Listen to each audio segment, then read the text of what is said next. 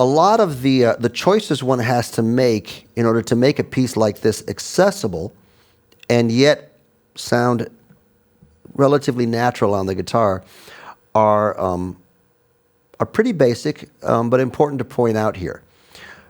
The original music has these chords in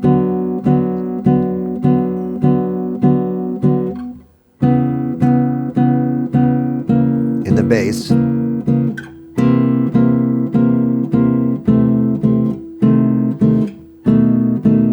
But eventually,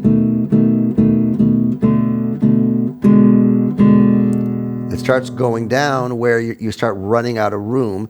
And so a common technique on the guitar would be, rather than playing a voicing that is so low that it sounds murky,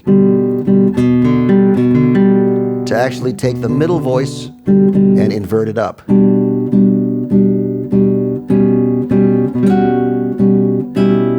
So in the original, it's this chord, which is very low. And then, of course, you're getting into these really low chords. So a lot of times you can invert a chord up, especially the middle voices, and get a nice sound there. There are some challenging moments in this piece that I want to talk about for a second. In bar 16,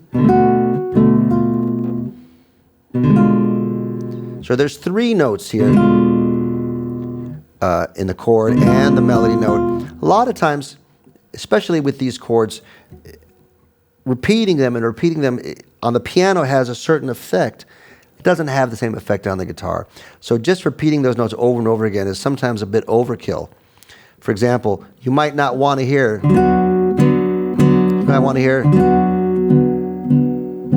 just the outer 2 voices, not all 3.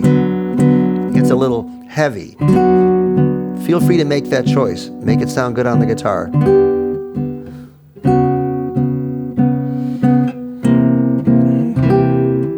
And then you just add the middle voice when you need it, take it out when it's too hard. You'll see some of the fingerings in the chart reflect that a lot of times it's best to leave that middle voice off to grab another note rather than barring and stretching your fingers for something that doesn't really add much to the sound. Now, when we get to this crazy thing here,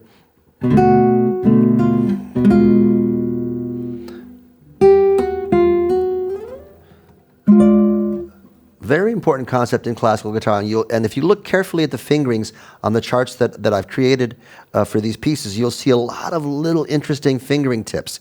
And I want you to really pay attention to those, because they make the difference between something being very doable and freaking impossible. Right? So if I was playing, I've got to do this crazy bar.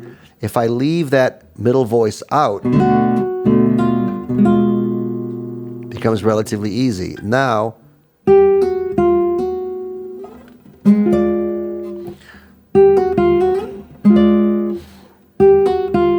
just slide up.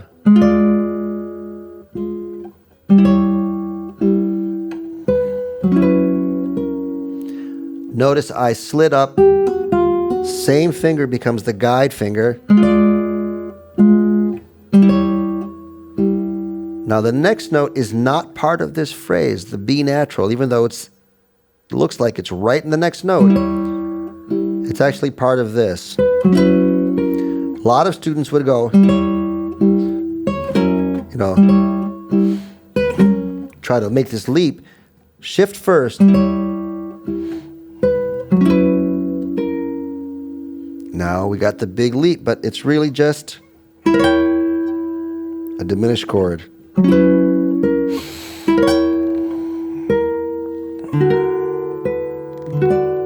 And that's really not that bad.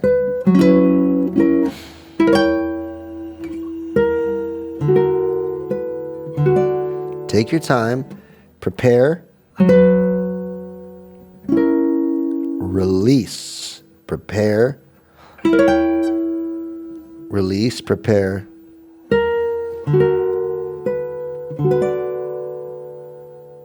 And then shift down. Again, notice the first finger is a guide finger.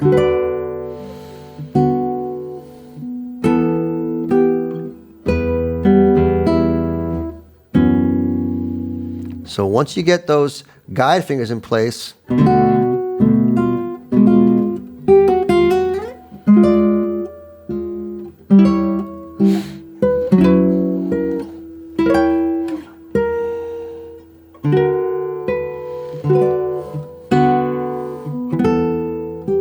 not so bad.